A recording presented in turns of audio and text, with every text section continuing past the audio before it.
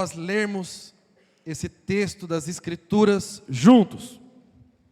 A Bíblia diz o seguinte, a partir do verso 1: Então, o reino dos céus será semelhante a 10 virgens, que tomando as suas lâmpadas, saíram de encontro do esposo.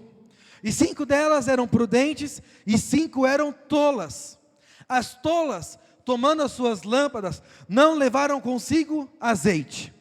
Mas as prudentes levaram azeite em suas vasilhas, junto com as suas lâmpadas. E tardando o esposo, fala assim comigo, tardando o esposo, dormiram todas, mas à meia-noite ouviu-se um clamor: aí vem o noivo, saiam-lhe ao seu encontro. Então todas aquelas virgens se levantaram e prepararam as suas lâmpadas. E as tolas disseram às prudentes: dai-nos do vosso azeite, porque as nossas lâmpadas se apagaram. Mas as prudentes responderam, dizendo: não seja caso que nos falte a nós e a vós, ide antes aos que vendem e comprai para vós. E tendo elas indo comprá-lo, chegou o esposo, e eis que estavam preparadas para entrar com eles às bodas, e as portas se fecharam. Fala assim comigo, e as portas se fecharam. E depois chegaram também as outras virgens, dizendo: Senhor, Senhor, abre-nos. E ele respondeu: em verdade vos digo que não vos conheço. Vigiai, pois não sabei o dia e nem a hora que o Filho do Homem há de vir. Sabe, quando nós olhamos para essa parábola, logo você pensa sobre salvação. Mas essa parábola não tem a ver com salvação. Por isso que muitos, quando leem, não compreendem o que de fato essa parábola está querendo dizer. Essa parábola começa dizendo que o reino dos céus. Ou seja, Jesus não está aqui falando para o ímpio. Jesus não está aqui falando para aquele que não conhece. Jesus está falando aqui para as virgens. As virgens na palavra de Deus, ela aponta para aqueles que já conheceram a Deus. Aqueles que são santos, aqueles que foram lavados, aqueles que foram redimidos. Ou seja, esse texto, essa carta, não é levado para aqueles que são ímpios. Não é endereçada para os que são ímpios. Mas essa carta é um alerta para a igreja. Fala assim para o seu vizinho: esse texto é um alerta para mim e para você. Então, o que esse texto ele está falando? Ele está falando que há uma diferença entre os crentes. Ou seja, existem crentes vencedores, mas também existem crentes derrotados. Ele está dizendo aqui nesse texto que há uma diferença entre salvação e reino dos céus. Há uma diferença entre vida eterna e recompensa. E eu quero compartilhar um pouco disso com você. Você sabe, uma coisa, irmãos, é você ser salvo. Outra coisa é você reinar. A salvação, a Bíblia diz que ela é mediante a fé. Ou seja, você não precisa fazer nada para você ser salvo. A graça de Deus te alcançou. E porque a graça de Deus te alcançou, você foi salvo. A Bíblia diz em Romanos que nós somos salvos mediante a fé nele. Ou seja, para alcançar a salvação, não precisa fazer nada. Mas a Bíblia diz que o reino de Deus, ele é tomado por violência. Ou seja, uma coisa é você receber a graça, de graça. Mas o reino de Deus requer obras. Fala assim para o seu vizinho: o reino de Deus requer obras. Então, salvação consiste em você conhecer a Deus. Quando eu conheço a Deus, vejo o quanto Ele me amou, o quanto Ele me abençoou, eu sou salvo. Mas reino de Deus consiste em Ele te conhecer. É uma diferença gritante. Você pega, por exemplo, os grandes homens de Deus. Se você pegar Hebreus capítulo 11, você vai ver isso. Você vai ver um hall de grandes homens e mulheres de Deus, onde Deus dá testemunho deles. Pergunta para o seu vizinho: Deus tem dado testemunho de você? E a parábola deixa isso muito claro, porque quando as portas se fecham, e as virgens tolas chegam, o que Jesus fala deles? Não conheço. Porque salvação é você conhecer a Deus, mas reino é Deus conhecer você. Mas também, a salvação é uma questão simplesmente de fé. Você crê, você é salvo. Mas reino é uma questão de você amá-lo. De você amar o seu Senhor, ao ponto de dar a sua vida para Ele. Ou seja, aqueles crentes que só são salvos, só querem frequentar um culto, querem ser abençoados, está tudo bem. Mas reino de Deus tem uma característica: eu amo o meu Senhor, e porque eu amo o meu Senhor, eu quero fazer parte desse reino. Então, existe uma diferença, irmãos, gritante, entre salvação e reino de Deus. E o meu intuito com você nessa manhã, é despertar você, para responder ao reino de Deus. Porque você já é salvo, você já tem o Espírito dentro de si, você já tem o seu nome escrito no livro da vida. Mas eu quero falar para você, isso é só o começo. Eu e você, nós não podemos tratar a salvação como o fim da nossa história. Pelo contrário, salvação é só o começo de uma longa jornada que Cristo quer ter com você. Uma jornada de umas grandes aventuras, as jornadas de sonhos, jornadas de libertação, jornadas de grandes curas. Deixa eu fazer uma pergunta para você. Quando você tiver os seus 60, 70, 80 anos, qual que vai ser as histórias que você vai contar para os seus netos? Quero te falar, eu olho para a dona Cida, falo, essa mulher tem uma bagagem impressionante. Eu vou postar um vídeo dela hoje, que ela fez para os jovens, né? Mas, eu estava pensando, eu quero honrar essa mulher. Sabe por quê? Ela pode contar, ela pode testemunhar. Se hoje nós temos em Itaquera uma igreja de 1000, é porque teve um clamor no coração dela um dia, e ela respondeu ao Senhor, eis-me aqui, Senhor. Ou seja, existe um clamor no nosso coração, e só faz história com Deus quem decide respondê-lo ao reino dele, quer andar além da salvação. A salvação é só o começo, mas Deus tem uma grande jornada para mim e para você.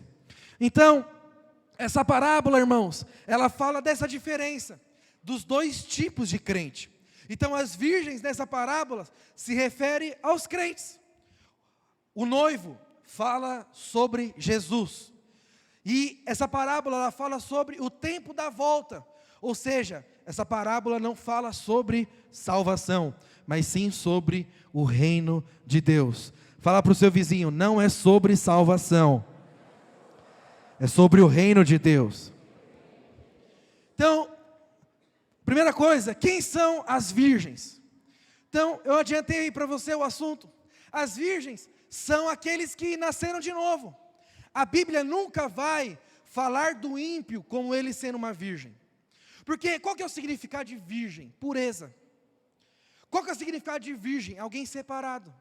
Qual que é o significado de virgem? Aquele que foi lavado, redimido. Ou seja, não tem como a Bíblia se voltar para o ímpio, falar do ímpio, falando que ele é uma virgem. Não é. Então, o texto, a Bíblia explica a Bíblia. Você vai ver em outros momentos, a Bíblia também se voltando ao seu povo como virgem. Por quê? Porque essa foi a obra do Calvário sobre as nossas vidas. Nós nascemos de novo. E nesse novo nascimento, Deus veio e te lavou. Eu sei que o Kleber Lucas não vai gostar de ouvir isso, mas ele te fez alvo mais do que a neve. Te limpou, te salvou. Limpou os seus pecados. Você foi lavado pelo sangue do Cordeiro. Ele te purificou. Por isso, você agora é uma virgem. Ou seja, alguém puro, alguém santo. Então, quem são essas virgens? Sou eu e eu e você. Somos crentes, aqueles que aceitaram Jesus como seu Senhor e Salvador. Mas o texto, ele faz uma distinção entre dois tipos de crentes.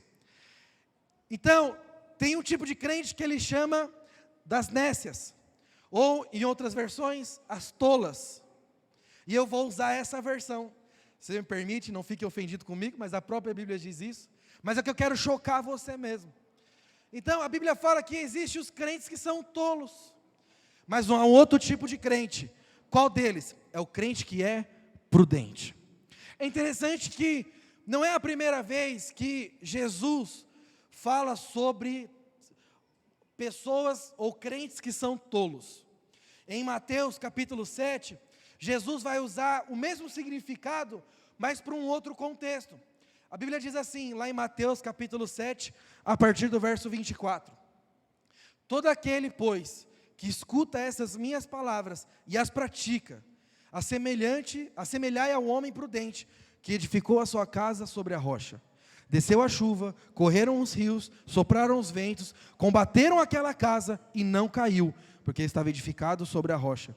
Aquele que ouve as minhas palavras e não as cumpre, compararam a um homem tolo, insensato, que edificou a sua casa sobre areia.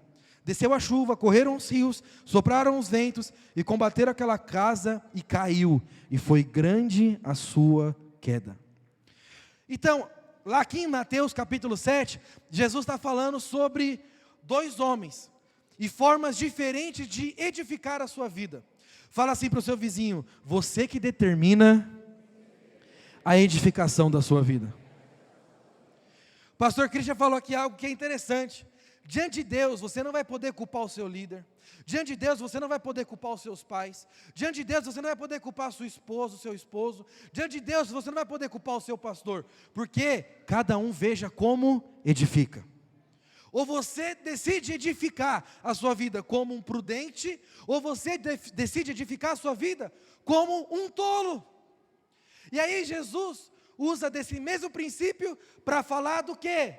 Das 10 virgens. Ou seja, eu e você, que nós escolhemos a forma como nós vamos edificar, conduzir, levar as nossas vidas. Pergunta para o seu vizinho: como que você está edificando a sua vida? Como um prudente ou como um tolo? Você sabe, o que esse texto de Mateus capítulo 7 quer nos mostrar? Que o tolo é aquele que edifica a sua casa na areia. O que é edificar a sua casa na areia?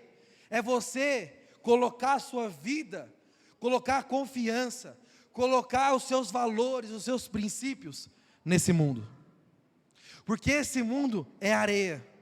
Um dia ele vai acabar. Ele não tem segurança. Sabe, a Bíblia está querendo dizer aqui que tolo são aqueles que colocam a sua confiança naquilo que é passageiro. Então eu te pergunto nessa manhã: aonde está a sua confiança? Está no seu trabalho? Está no seu dinheiro? Está na sua aposentadoria? Quero te falar, se essa for a sua confiança, a Bíblia diz que você está sendo um homem imprudente. Por quê? Porque daqui a pouco tudo isso pode, acabar. Mas quem são os prudentes?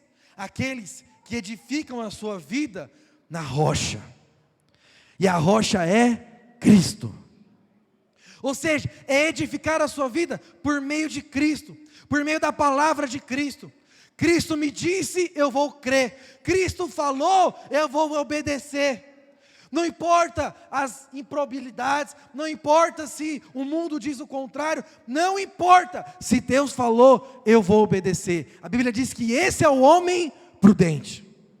Se você pegar, por exemplo, a vida de Abraão e de Ló, nós vamos ouvir sobre isso mais tarde, você vai perceber que, talvez, aos olhos humanos, Abraão foi um homem imprudente. Por quê? Em primeiro lugar, ele vivia em tendas. Enquanto naqueles dias o mover era o quê? Construir grandes edifícios, Abraão vivia em tendas. Depois você vai ver que Ló, quando eles vão se separar, Ló olha para a campina e vê: esse lugar aqui vai me dar mais frutos. Então ele escolhe ir para lá. Por quê? Porque aos olhos naturais seria o melhor lugar. Abraão falou: tá bom, eu vou para cá então. Por quê? Porque um homem de Deus, uma mulher de Deus, eles entendem um único princípio. O mundo pode ser desfavorável, mas se eu tenho o Senhor, eu vou prosperar. Não é o ambiente que me prospera, sou eu que transformo os ambientes da minha vida. Então, Abraão é considerado um homem prudente. Por quê? Porque ele colocou a sua vida e a sua confiança no Senhor. Ele seguiu o Senhor, ele seguiu a palavra do Senhor, enquanto Ló é um crente imprudente. Andava segundo as suas emoções, andava segundo os seus olhos naturais. E qual que foi o final da vida de Ló? Grande queda. É o que diz o final do texto que nós lemos. Grande é a queda daqueles que edificam a sua vida na areia. Grande é a queda dos imprudentes que edificam a sua vida segundo os cursos desse mundo. Ou seja, irmãos, eu e você, nós somos chamados para sermos crentes prudentes. Aqueles que confiam no Senhor, que a nossa confiança não está em cavalos, como diz Salmos, não estão em carros, não estão nessas coisas, mas a nossa confiança está no Senhor. E eu te pergunto, quantas decisões da sua vida são baseadas de fato no Senhor e na palavra de Deus? Ou as decisões da sua vida é baseado na sua alma, naquilo que é bom, naquilo que parece ser melhor? É isso que a Bíblia está chamando de ser prudente e tolo. Você sabe o que é interessante? Quando o homem, ele cai no jardim do Éden, havia duas árvores no jardim. A árvore do conhecimento do bem e do mal e a árvore da vida. E aí Deus falou assim, olha, você só come dessa árvore, da árvore da vida.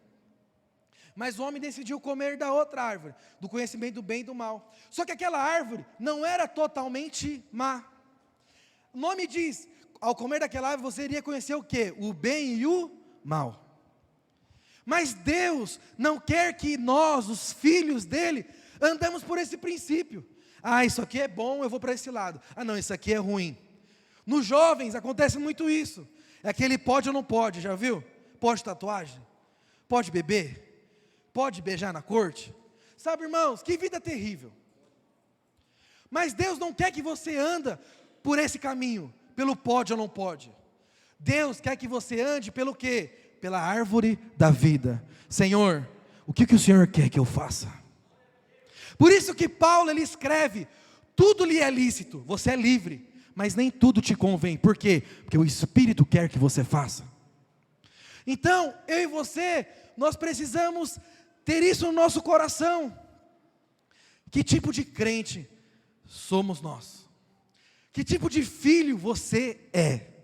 Alguém que está edificando a sua vida como um prudente construtor, seguindo o Senhor, obedecendo a palavra de Deus, respeitando os processos de Deus na sua vida. Sabe, irmãos, nós fazemos parte de uma igreja em célula, e o que eu mais vejo em igreja em célula são irmãos que rompem relacionamentos. Ah não, o Alexandre falou mal comigo, então eu quero andar agora com outro discipulador. Fala, oi? Esse cara não entendeu que o Alexandre na verdade é só o quê? Um instrumento de Deus para transformar a vida dele. Mas o que ele faz? Ele rompe o relacionamento, ele rompe o processo de Deus. O que é isso? Tolo. Porque ele vai recomeçar. Você está na vida da igreja há anos, você não lidera. Você está há anos como líder de célula, tem alguma coisa errada. Irmãos, eu cheguei na igreja e com 4 meses eu me tornei líder de célula. O meu pastor na época foi imprudente. Eu não tinha nenhuma maturidade no espírito, irmãos. Isso não é testemunho bom, eu acho. Eu não tinha nenhuma maturidade no espírito, fui liderar uma célula. Por quê? Porque, irmãos, eu queria saber de Jesus, eu amava Jesus, eu estava ali no primeiro amor. Só que eu entendi muito rápido, eu não vou parar os processos de Deus na minha vida. Irmãos, eu tive muita luta na minha vida, com o discipulador, com o pastor. Teve uma vez, irmãos, que eu faltei no culto de domingo, eu só faltei, um culto de domingo. Mas na segunda-feira, eu estava no pastoral, ou seja, eu não queria desviar, eu só faltei no culto de domingo. Meu discipulador, irmão, chegou em mim, quase me bateu. Ele me pegou pelo colarinho aqui e falou, por que você faltou ontem? E os irmãos estavam lá, na frente de todo mundo ainda. Falei, esse cara está tirando, hein, mano. Mas eu não fui chorar para o pastor Christian, pastor, me muda de rede, pelo amor de Deus. Não, eu entendi, esse irmão faz parte de um processo que Deus quer fazer na minha vida. Irmãos, e quantos foram os processos de Deus na minha vida? Mas eu quero falar para você, se você quer construir algo sólido diante de Deus, não desista dos processos dele. Eu e você, nós precisamos o quê? Ser como um prudente construtor. Sabe? Então, somos nós que decidimos a forma como que nós vamos edificar. Se é como prudentes ou se é como tolos. Aí você percebe que é algo muito interessante. Existe crente que é tolo? A Bíblia diz que sim. Você já viu aquele irmãozinho que você fala, e mesmo assim ele toma a decisão errada? Ou seja, é crente, é amado, mas a Bíblia está falando o quê? Ele é imprudente. Ele está escolhendo edificar a sua vida de uma maneira não aconselhável. E qual que é essa maneira que não é aconselhável? É você, igual o pastor Christian falou, conduzir a sua vida pela sua alma, conduzir a sua vida pelas suas emoções, sabe, conduzir a sua vida por aquilo que o mundo está regendo. Irmãos, quantos de nós, às vezes não tenta disfarçar quem nós somos, o nosso posicionamento, para ser agradável ao mundo? Mas eu creio que Deus está levantando uma geração como a de Daniel, que não vai se dobrar para os prazeres desse mundo. E vai sofrer as consequências. Eu quero te falar, ser um crente prudente traz sérias consequências para mim e para você. Você vai ser perseguido, vai ser taxado de louco, vai ser zombado. Mas irmãos, quem se importa com isso? Se quando na verdade o nosso coração está para agradar ao Senhor. Eu penso que nos dias de Noé foi um cara que deve ter sofrido muito.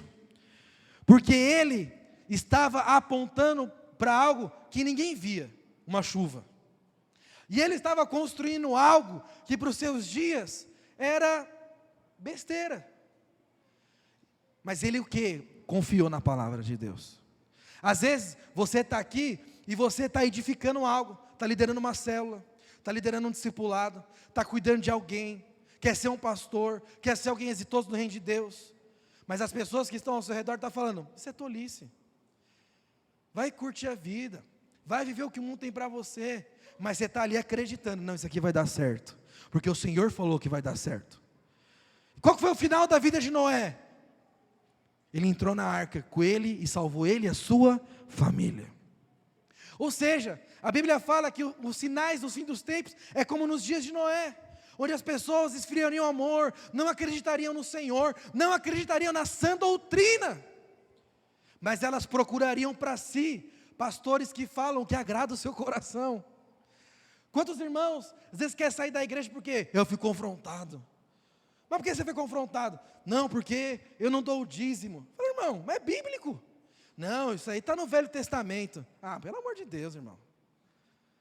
Você quer rasgar o Velho Testamento para o Novo? Porque o padrão do Novo ele é muito maior do que o do Velho. Porque no Velho, irmão, é só 10%. Mas no Novo eles davam tudo. Aí você complicou a sua vida, né? Então, às vezes o irmão é confrontado porque tem que andar em santidade, irmão. Para de ficar dando ideia nas irmãzinhas da igreja. A irmão fica ferido, que não sei o quê. Mas o que é isso? É ser confrontado segundo as Escrituras. Ou seja, é edificar a sua vida na rocha. A rocha é Cristo. Ele era o verbo que se fez carne e habitou entre nós. Ou seja, você quer conduzir a sua vida de uma forma prudente?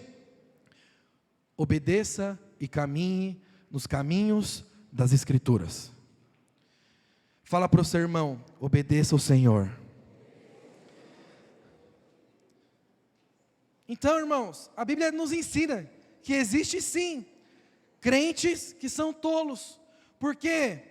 Porque eles não seguem o Senhor, não seguem as Escrituras. Eles tomam para si palavras, pastores para si, caminham segundo a sua concepção, a sua visão. E aqui, nesse texto de Mateus capítulo 25, ele está fazendo essa separação entre crentes que são prudentes e crentes que são imprudentes. Então, eu quero falar para você, eu e você, nós só temos uma única oportunidade. Se você não acredita em Allan Kardec, irmãos, é só essa vida só. É só essa vida. E eu te pergunto, o que você está fazendo com a sua única oportunidade? Porque as crentes tolas, elas são salvas, elas são amadas de Deus, mas triste, porque elas estão desperdiçando a sua única oportunidade. Elas estão desperdiçando viver uma vida para Deus. Por isso que elas são chamadas de tolas. Você sabe, tem uma frase de um grande teólogo, R.C. Sproul, e ele diz assim: a segurança do futuro depende da diligência do passado. Então, essa parábola das 10 virgens, ela é um alerta para nós como igreja. Qual que é o alerta? É como que eu e você vamos escolher viver os nossos poucos dias. Como que eu e você nós vamos escolher edificar as nossas vidas? Se é sobre a rocha ou é sobre a areia? E eu quero te falar uma coisa, quem decide como vai edificar é você. Da mesma forma que quem vai colher as consequências também é você. Qual foi a consequência das virgens prudentes? Entrou nas festas, entrou na boda, entrou com o seu Senhor. E qual foi a consequência das imprudentes? Ficaram de fora. Então a pergunta que eu quero fazer para você é: como que você está conduzindo a sua vida?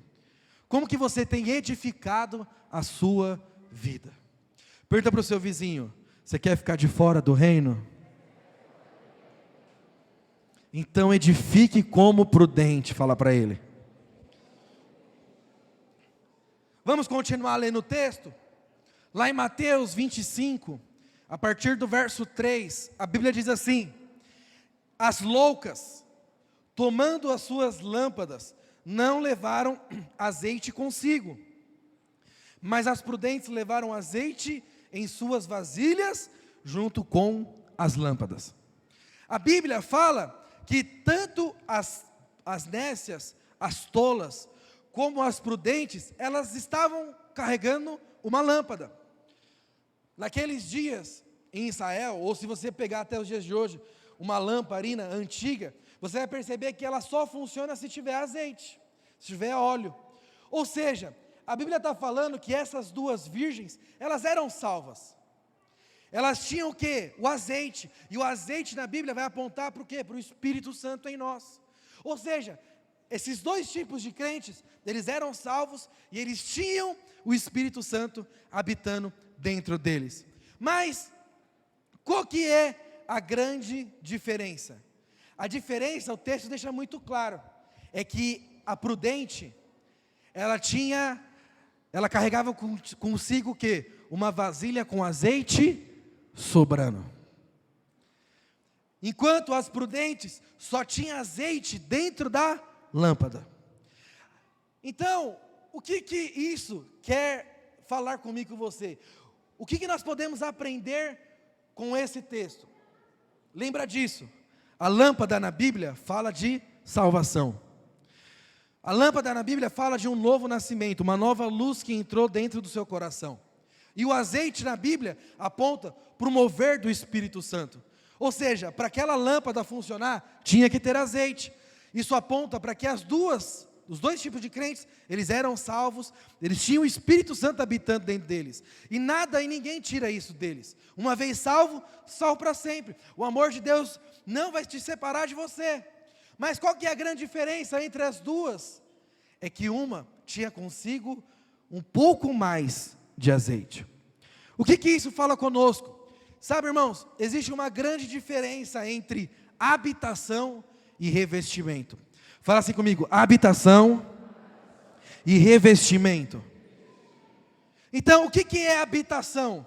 É o dia que eu e você, nós fomos salvos e aceitamos Jesus como nosso Senhor e Salvador. A Bíblia diz que o Espírito veio habitar em nós. Isso é a habitação. E a habitação do Espírito em nós, ela é constante. Ou seja, é para sempre, de uma vez por todas. Então uma coisa é a habitação. Mas o que é o revestimento? O revestimento não. O revestimento é o quê? É você ser cheio do Espírito Santo. Ou seja, a habitação ela é constante, mas o revestimento não. O revestimento ele precisa ser o quê? Diário, todos os dias. Quer ver? Se você fica uma semana sem orar, sem buscar a Deus, sem ler as Escrituras, como que você vai estar no final dessa semana? Carnal. Essa é a realidade, você vai estar carnal. Pensando nas coisas da carne, pensando que não devia pensar. Mas pera lá, você é crente, tem o Espírito dentro de você. Sim. Mas o que acontece? Pelo fato de você não ser cheio, não se revestir, você deixa a sua alma falar mais do que o seu espírito. Por isso que essas crentes, essas virgens tolas, elas só tinham consigo a lâmpada. Ou seja, elas aceitaram uma vida simples, que é o quê? É ter Deus habitando dentro dele. Eles não foram para um próximo passo, que é o quê? Do revestimento, de buscar Deus, de ser cheio de Deus, de buscar a glória de Deus. Então, essa é a grande diferença. A diferença é que as virgens que eram tolas, elas pararam na habitação. Ou seja, tenho Deus habitando dentro de mim, está ótimo, glória a Deus. Mas, para os vencedores, é necessário buscar o quê? O revestimento. Você não vai ser vencedor se você ficar só no âmbito da habitação. Vencedor é aquele que anda cheio do Espírito Santo. Você percebe isso no próprio texto. Lembra que eu disse? A Bíblia explica a Bíblia. Então olha o que o próprio texto diz. Mateus 25 no verso 9. Projeta para mim, por favor. Mateus 25, 9. Mas as prudentes responderam: não vamos dar para vocês azeite, porque se eu der do meu azeite vai acabar para mim. Para que não nos falte a nós e a vós outros, ide antes aos que vendem e comprai. Ou seja, sabe o que a Bíblia está dizendo? Que a habitação do Espírito, ela é gratuita, assim como a salvação é de graça. Mas o revestimento do Espírito requer um preço. E a grande questão é: estamos dispostos a pagar esse preço? Qual que é o preço, Neto? Nós vemos aqui, ele disse: você precisa comprar. Unção, você precisa comprar. Glória de Deus, você precisa comprar. Mas não é dinheiro, não é comprar com dinheiro, não é comprar com oferta, não é comprar com dízimo, não. É com jejum, é com oração, é buscando a face de Deus, é buscando a glória de Deus, é noites acordadas pela minha célula, pela minha rede, falando: Senhor, se não tiver mover de Deus hoje, eu não aceito. Isso é o que? Comprar, se revestir, ser cheio de Deus. Então, essa é a grande diferença das virgens que são chamadas tolas, das virgens que são prudentes. As prudentes entenderam: eu não vou ficar só na habitação, eu quero buscar algo além, eu quero ser cheio do Espírito, eu quero buscar o revestimento do Espírito. Então eu vou comprar, eu vou orar como nunca orei, eu vou jejuar como nunca jejuei, eu vou fazer o que eu nunca fiz, vou passar as madrugadas lendo a Bíblia, buscando ao Senhor, em jejuns, em vigílias. O que eu preciso fazer para a glória de Deus alcançar? Essa é a grande diferença. E eu e você, nós precisamos ter esse entendimento. Se eu e você, nós queremos ser como essas virgens prudentes, se queremos entrar nas bodas do nosso Senhor, nós precisamos entender que é a nossa atitude, é a nossa escolha, como vamos edificar a nossa vida. Irmãos, teve um dia que eu tive uma discussão no meu discipulado com o irmão. Sabe por que eu discuti com ele? Porque ele falou assim para mim, que ele não tinha tempo de ver o que os membros deles estavam fazendo. Só que, hoje em dia, tem algo no seu celular, que você vai lá em configurações, tempo de uso. Aí eu falei para ele, você empresta o celular então, para me ver quanto tempo você passa no Facebook? Quanto tempo você passa no Instagram? Quanto tempo você passa aqui no TikTok? Porque aí eu quero saber mesmo, se você não tem tempo, ou se você não tem disposição. Tem irmãos que passam horas e horas assistindo série, mas não consegue, como diz Jesus, vigiar e orar por 1 hora. É luta. Aí eu te pergunto, será que esse irmão vai ter azeite quando chegar o seu Senhor? Por isso que eu e você precisamos decidir. Eu vou construir a minha vida cheio do Espírito. Vou matar a minha carne, matar os meus desejos, vou matar tudo isso. Para quê? Para buscar o Senhor e a glória de Deus. Então, irmãos, sabe o que me chama muita atenção nesse texto? É que Jesus chama os crentes de tolo. E eu estava meditando nisso. Falei, como que pode, né? Jesus chama os seus filhos de tolo. E eu fiquei pensando, meditando, e você sabe, Deus falou comigo. Deus falou assim para mim, sabe por que eles são tolos? Porque é tolice, presta atenção nisso, é tolice você ter Deus habitando dentro de si. É tolice você ter o Salvador, o grande eu sou, habitando dentro de si. E não sonhar em curar alguém. Não sonhar em libertar alguém. E não sonhar em ressuscitar mortos.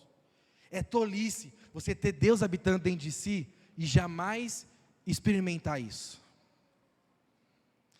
E quando Deus falou isso comigo, eu falei, uau, é verdade. Imagina eu chegar nos fins dos meus dias, virar para os meus netos e falar, Deus andou comigo esse tempo todo, mas eu não tenho nada para te contar. Nunca curei um enfermo, nunca ressuscitei um morto, nunca libertei um cativo, nunca expulsei um demônio. Hã? Sabe, há uma grande curiosidade no nosso coração, de quando nós chegarmos no céu, e você ficar pensando, eu vou perguntar para Davi como que eram os moveres de Deus, eu vou perguntar para Elias como foi o fogo descer do céu, eu vou perguntar para Daniel como foi estar ali na cova. Mas existe um anseio dos profetas em perguntar para você, como que é ter Deus habitando dentro de si? E não aproveitar, e não se mover, e não fazer o que nós fizemos. Irmão, se você olha para os moveres do passado, eu quero te falar, nós deveríamos ansiar em fazer coisas ainda maiores. Eles não tinham Deus habitando dentro deles. E eles buscavam ao Senhor de todo o seu coração. Vamos continuar lendo o texto. Mateus 25, no verso 5. A Bíblia diz assim, e tardando o noivo, as virgens adormeceram. É interessante que a Bíblia diz nesse texto que o noivo demorou para vir. O noivo demorou para chegar.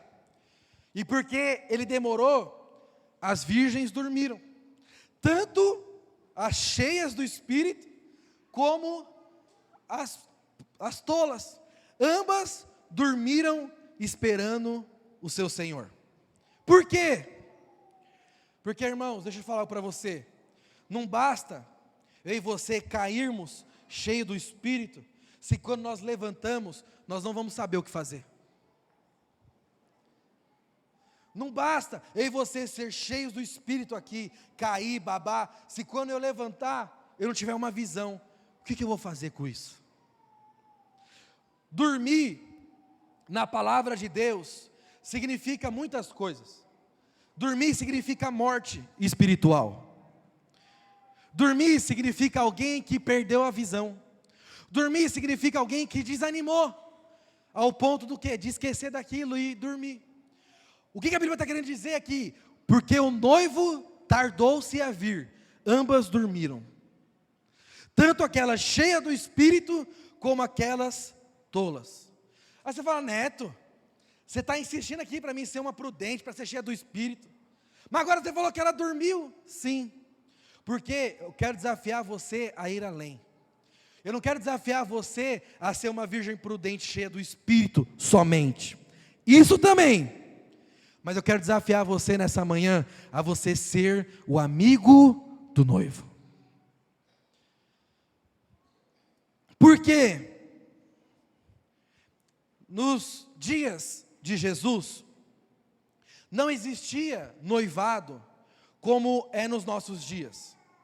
Alguém está em corte, está namorando, aí vamos noivar e depois vamos casar. Não era assim nos dias de Jesus. Como que funcionava nos dias de Jesus? O noivado já era um casamento. O noivado já era uma aliança firmada entre duas pessoas. Mas qual que é a diferença? A diferença era o seguinte: eu vou noivar com a Verônica, ou seja, eu já tenho uma aliança com ela, eu já sou casado com ela, eu só não vou consumar o ato sexual, o casamento. Por quê? Porque antes disso, eu preciso sair para preparar a minha morada. Era assim que eles se casavam nos dias de Jesus. Por isso que você percebe que quando Maria está virgem, José fica em desespero. Por quê? Eles já eram casados. Como falar para as pessoas que eu, antes de preparar a morada, me relacionei com ela? Ou como falar que ela teve um bebê de outro, que não era eu? Por quê? Porque eles já tinham uma aliança, eles já eram casados. Mas nos dias de Jesus era diferente. O noivado era o quê? Eu tenho uma aliança com você, nós já estamos casados. Só que para Deus, o casamento é o ato sexual. Eles só não consumavam o ato sexual, por quê? Porque antes de nós consumarmos o ato sexual, eu, o noivo, eu vou sair, eu vou trabalhar, eu vou preparar a nossa morada, eu vou preparar a nossa casa. E depois que isso acontecer, eu vou voltar para buscar a noiva. Os irmãos percebem alguma semelhança com aquilo que Cristo faz conosco? Jesus está preparando morada para nós, para o quê? Para depois buscar e voltar a noiva. Uau! E aí o que acontece? Acontece que quando então o noivo vai embora, mas o noivo não deixa a noiva sozinha. O noivo comissiona alguém para cuidar da noiva. E quem que é esse cara que é comissionado para cuidar da noiva? A Bíblia chama ele do amigo do noivo. Então, olha só o que a Bíblia diz lá em João, capítulo 3, no verso 25. João, capítulo 3, no verso 25.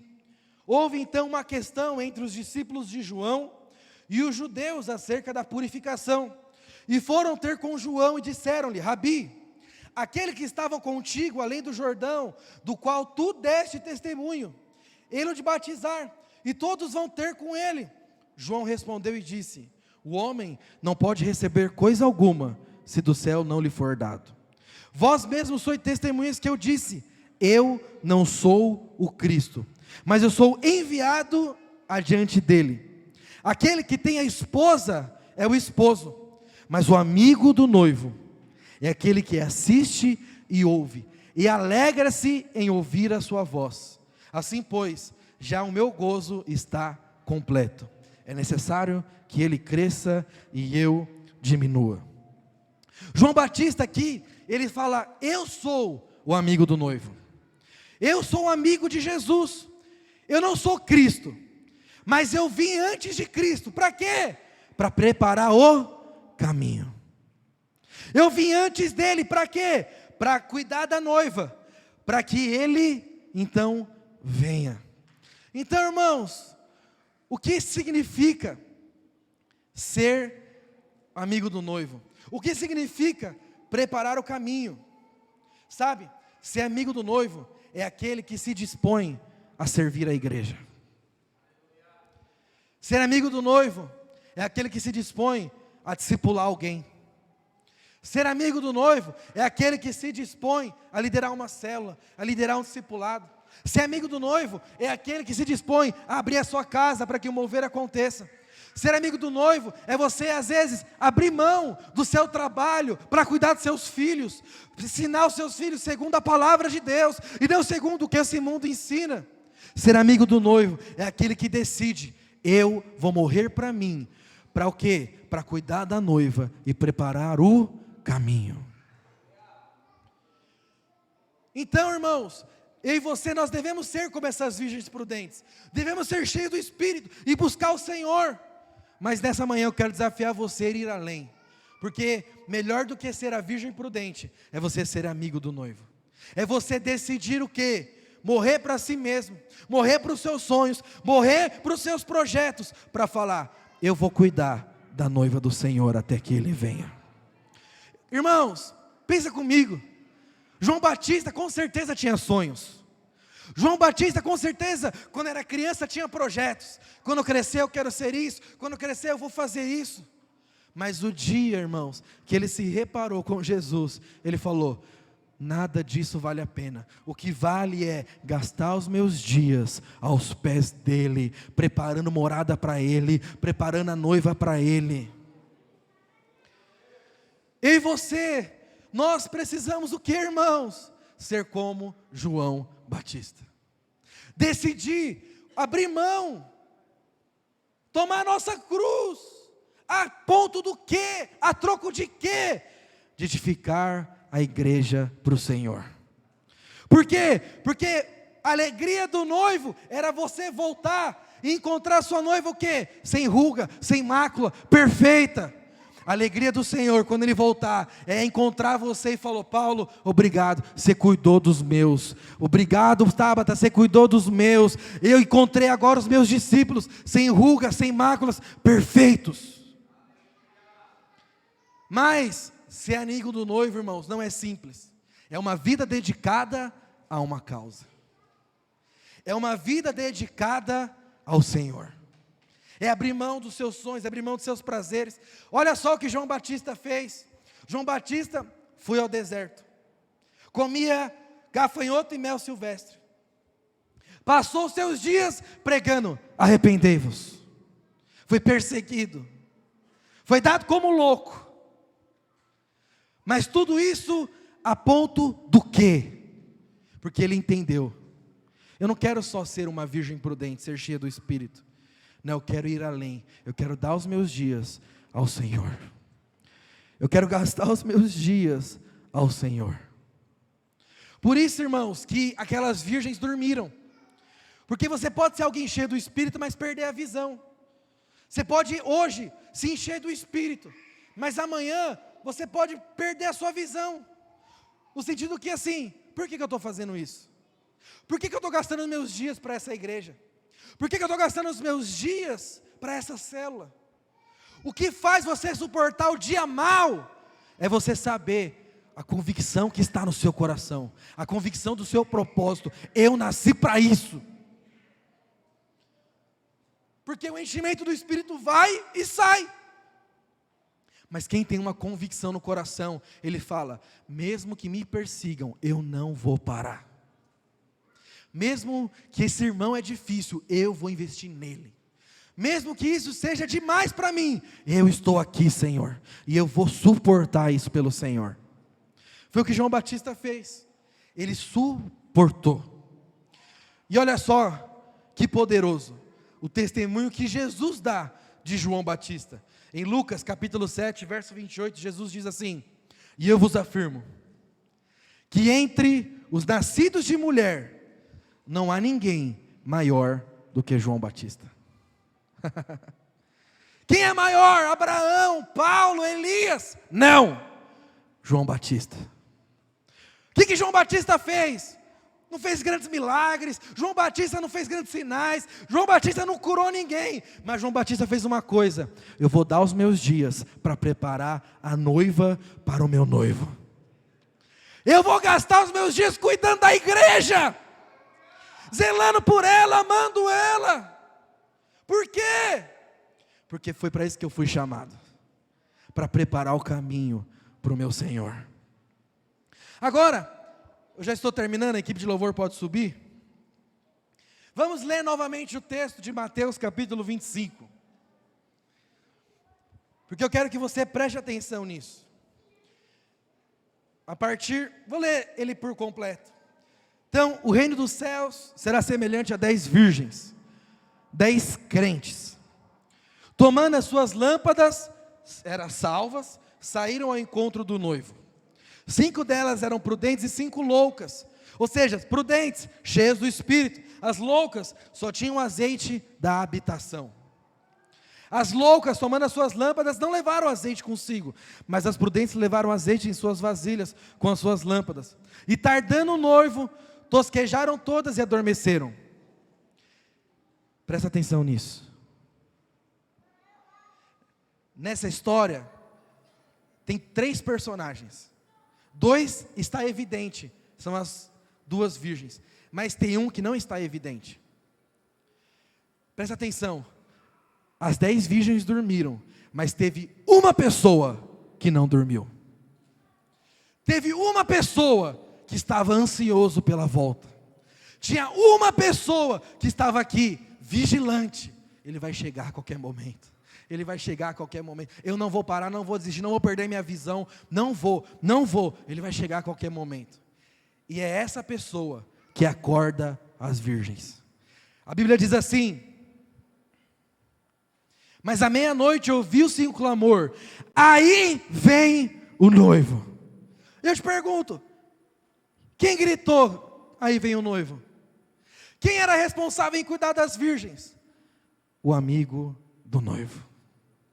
Sabe, irmãos, se você for estudar sobre a história da igreja, existem momentos na história da igreja que a igreja adormece, que a igreja perde a visão, perde o desejo de enxergar novamente. Jesus está voltando, mas é aí que Deus levanta grandes homens de Deus, os amigos do noivo, para quê? Para acordar a igreja. Eu e você, nós precisamos ir além de sermos virgens prudentes, nós precisamos decidir ir além, ser amigos do noivo, aquele que acorda os irmãos da sua célula. Irmão, Jesus está voltando, muda de vida. Irmão, Jesus está voltando, olha como você está se comportando. A Bíblia diz que ele vai vir como ladrão, não se sabe a hora nem o lugar, pode ser a qualquer momento. O amigo do noivo é aquele que vive um estilo de vida maranata, ou seja, ele pode voltar a qualquer momento. Se Jesus fosse voltar amanhã, o que você faria hoje? Certamente você amaria os seus pais, abraçaria, beijaria, falava de Jesus para eles. Mas por que você não faz isso? Sendo que você não sabe nem a hora, nem o lugar. Sabe por quê? Porque você ainda não está com esse coração maranata. Você não está com esse anseio do amigo do noivo. Ele vai voltar a qualquer momento. Sabe por que o noivo não dormiu? Porque ele não queria perder o momento da visitação. Ele não queria perder o mover de Deus. Ele estava aqui vigilante. Sabe, irmãos, eu quero convidar você nessa manhã a você fazer uma decisão. Qual é a decisão? É ir além. Existe o nível da habitação, Deus habita em mim. Existe o nível de eu ser cheio do Espírito, e Deus vai mover na sua vida poderosamente. Mas o convite que eu quero fazer para você é de sermos os amigos do noivo, de prepararmos o caminho para que Ele venha, de cuidarmos da noiva dele, para que quando ele venha, ele encontre ela sem mácula, sem ruga, perfeita. Eu penso que a alegria do amigo do noivo não foi só de ver o noivo, mas de quando o noivo chegou, ele virou e falou: Senhor, está aqui as suas virgens, perfeitas, eu cuidei delas, não se perdeu nenhuma. E eu imagino o noivo virando para ele e falou: servo bom e fiel, foste fiel sobre o pouco, sobre o muito te colocarei, entre no gozo do seu Senhor. Grandes são aqueles que dão a sua vida por essa causa que é eterna. E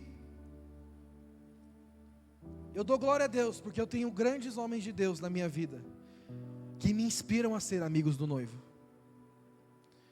Muitos.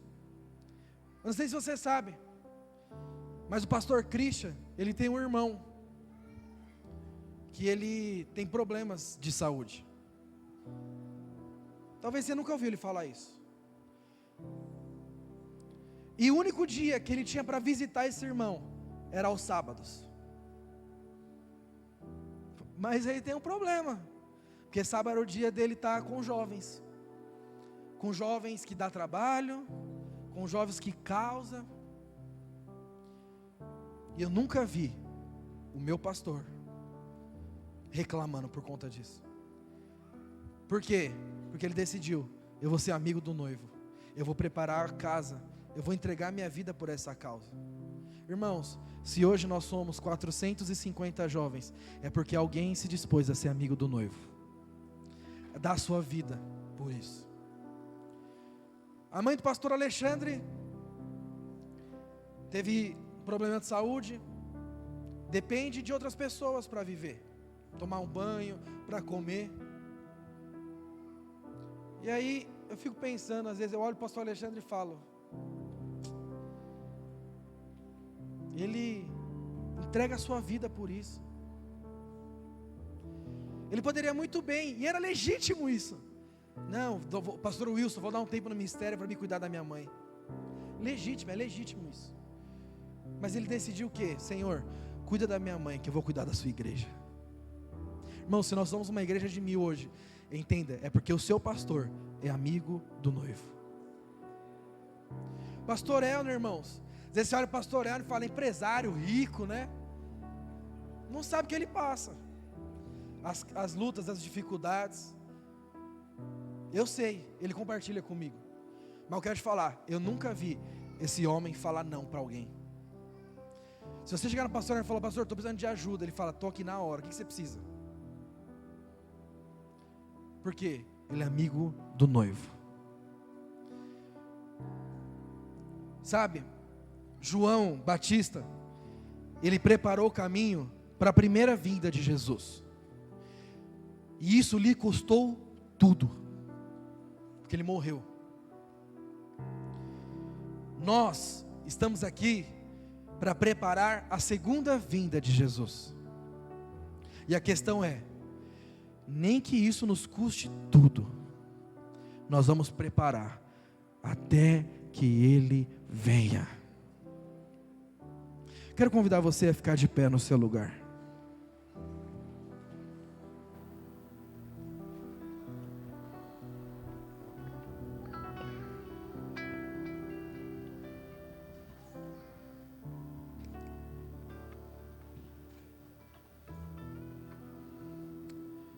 Quero que você feche os seus olhos.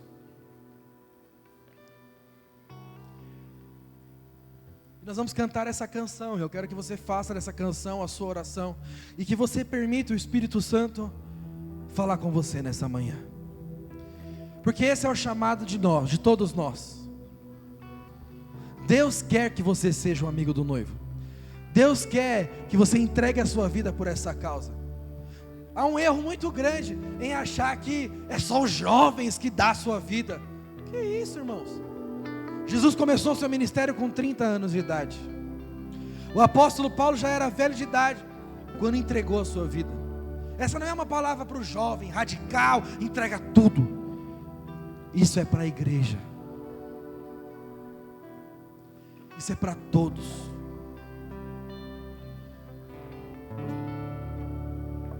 Que nessa manhã você possa se permitir, porque isso é uma escolha sua. Lembra que a gente falou? Você que vai construir, você que vai edificar, você quem vai escolher que tipo de crente você vai ser. Você pode ficar só no âmbito da habitação, mas eu quero te falar, Deus tem muito mais. Você pode ser cheio do Espírito, viver sinais, prodígios, maravilhas, mas você pode ir além. Quer ser um amigo do noivo, cuidar da igreja. Eu quero te falar, isso é bíblico, e eu vejo na história da igreja, não tem ninguém, irmãos, que foi amigo do noivo, que foi desamparado. Não teve um amigo do noivo, que não viveu grandes coisas da parte de Deus. Não teve um amigo do noivo, que entregou a sua vida, entregou os seus dias, e Deus não o honrou. Tem uma palavra que tem queimado no meu coração esses dias, e eu tenho orado para que Deus levante uma geração de mãos leves. O que é uma geração de mãos leves?